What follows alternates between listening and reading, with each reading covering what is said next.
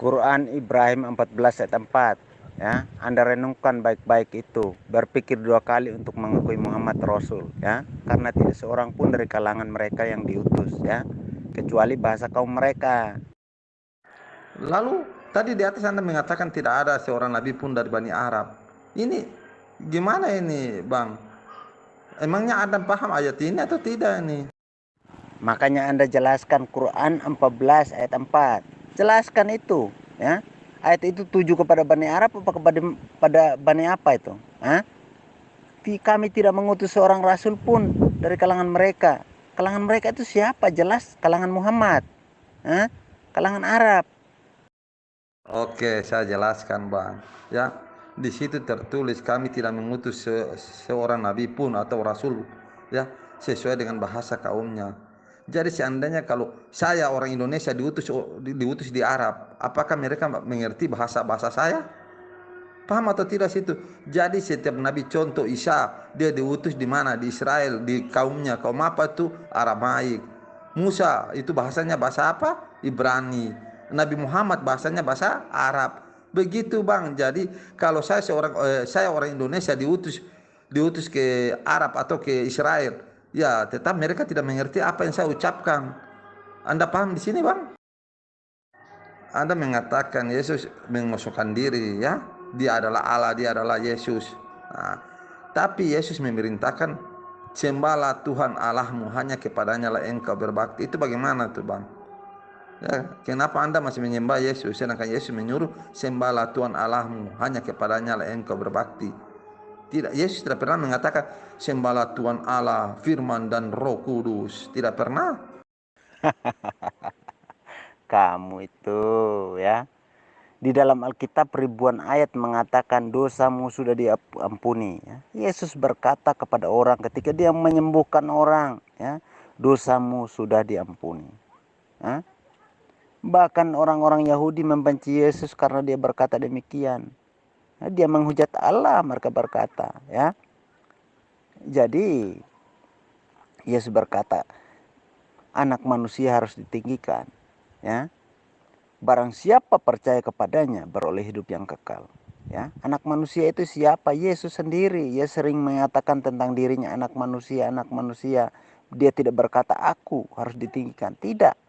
Ya, jadi Yesus itu adalah Tuhan. Thomas mengaku, ya Tuhan ya Allahku, aku percaya. Ketika Thomas tidak percaya kesaksian dari murid-muridnya bahwa Yesus bangkit, ya, Thomas berkata, sebelum aku mencucukkan jariku ke lambungnya dan meraba bekas paku di tangannya, aku tidak akan percaya. Lalu 7 hari kemudian, ya, ketika mereka berkumpul di rumah yang suatu ruangan yang tertutup, tiba-tiba Yesus muncul, ya, lalu berkata damai sejahtera bagi kamu, ya. Lalu dia panggil Thomas, kemarilah, rabalah bekas paku di tanganku dan bekas tombak di lambungku, ya. Jangan engkau tidak percaya lagi. Lalu kata Thomas, ya Tuhan ya Allahku, aku percaya. Kenapa Yesus tidak berkata jangan berkata demikian, aku bukan Allah, aku bukan Tuhan? Ketika Yesus membawa murid-muridnya ke Betania, lalu dia berkata segala kuasa di surga dan di bumi telah diserahkan kepadaku, para muridnya menyembah dia, ya. Yesus tidak berkata jangan sembah aku ini bukan Tuhan. Tetapi Yesus menerima penyembahan mereka. Bukti bahwa Yesus itu Tuhan. Dia kembali ke surga, dari surga, ya, datang ke bumi, kembali ke surga. Bukti bahwa Yesus itu Tuhan. Aku tidak bisa berbuat apa-apa dari diriku sendiri. Berarti ini saling kontradiksi ini. Yang mana yang benar ini? Nah iyalah, dia kan datang sebagai manusia biasa, bukan sebagai Allah.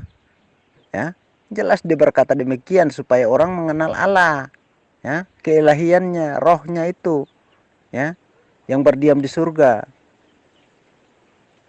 Supaya orang tahu mengenal Allah dan mengenal Yesus yang diutus. Oke? Pahami itu. Anak manusia mengampuni dosa di dunia. Lalu ada ayat yang mengatakan, aku tidak bisa berbuat apa-apa dari diriku sendiri. Yang mana yang benar?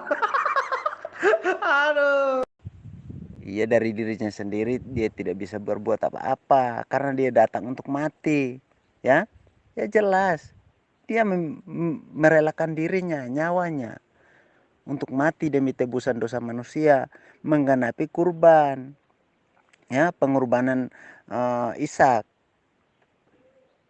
Itulah Yesus menggenapinya.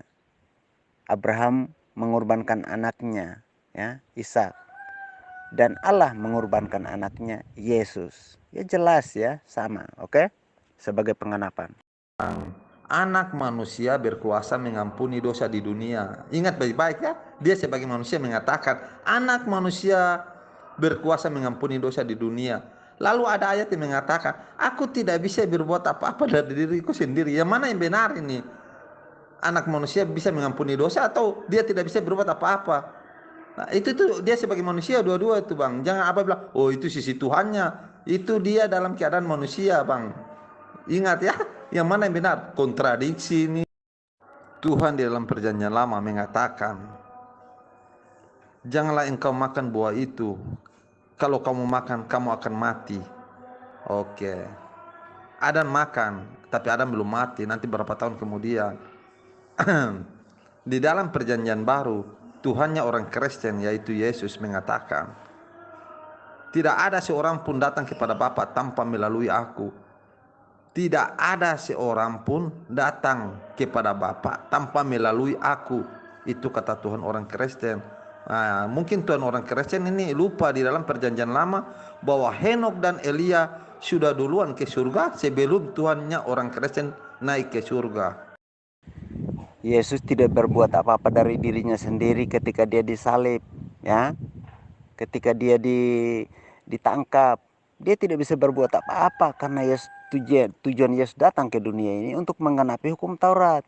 Hukum apa? Hukum bagi orang-orang yang terkutuk, dan dia menggenapinya itu. Dia yang tidak terkutuk dibuatnya terkutuk, ya, dibuatnya bersalah sehingga dia disalib. Begitu. Yesus tidak memberontak, dia menyerahkan dirinya untuk disalib. Oke? Itu kata maksud dari tidak bisa berbuat apa-apa. Oke? Bang, sekali lagi, anak manusia, abang paham baik-baik ya, anak manusia ini dalam tulisan Bible abang, ya dalam gospel, bukan saya karang. Anak manusia berkuasa mengampuni dosa di dunia. Ingat baik-baik, anak manusia berkuasa, wah dia berkuasa, ya untuk orang-orang di dunia ini, ya dia bisa ampuni. Ya, orang lumpuh berjalan, dosamu telah diampuni. Itu katanya tanpa mati di kayu salib. Ya, itu tanpa mati bang, ingat, tanpa mati dosamu sudah diampuni. Lalu Yesus berkata lagi di ayat lain, aku tidak bisa berbuat apa-apa dari diriku sendiri. Mana benar ini? Aduh, hancur. Iya, masuk akal itu Agas, masuk akal itu Agas. Ya lanjutkan, teruskan. Moderator siap. Anda harus bedakan. Yesus berkuasa mengampuni dosa di dunia. Mengampuni dosa itu artinya dosa orang lain, ya. Makanya Yesus berkata, jika agama mengajarkan, ya, kasihilah orang yang mengasihi kamu dan bencilah musuhmu. Tapi aku berkata kepadamu, kasihilah musuhmu, ya. Berilah berkat bagi mereka yang menganiaya kamu. Nah, itu perkataan Yesus itu adalah mengampuni, ya, mengajarkan pengampunan, bahkan dia berkuasa mengampuni dosa di dunia. Tetapi Yesus tidak berkuasa, tidak bisa berbuat apa-apa dari dirinya sendiri, karena tujuan Yesus datang ke dunia ini untuk mati, menderita, ya, untuk menggenapi kitab para nabi dan hukum Taurat. Itu tujuannya, makanya dia tidak bisa berkuasa atas dirinya sendiri. Oke? Dia tunduk kepada kuasa roh yang mengutus dia, ya, begitu. Itu Allah roh. Iya ya, dia datang ke dunia ya untuk mati, untuk menggenapi ya para apa nih perjanjian para nabi. Oke. Tapi abang pahami baik-baik bang ya. Anak manusia berkuasa mengampuni dosa di dunia. Lalu Yesus berkata kepada orang lumpuh itu, berdirilah, dosamu telah diampuni. Ingat ya bang, berdirilah, dosamu telah diampuni. Itu sebelum Yesus mati di kayu salib. Berarti walaupun tanpa Yesus mati di kayu salib, ya dosa manusia itu bisa diampuni. Lalu tiba-tiba Yesus mengatakan, aku tidak bisa berbuat apa-apa dari diriku sendiri. Apa yang aku hakimi sesuai dengan yang diperintahkan oleh Bapakku. Aduh, bertentangan ya Bang, atau tidak tuh? Yesus berkata ketika dia mengadakan penyembuhan kepada orang, ya, percayalah, ya, atau berdirilah, bangkitlah, dosamu sudah diampuni, ya. Yesus berkuasa mengampuni, tetapi dia tidak berkuasa atas dirinya sendiri, karena Yesus datang bukan untuk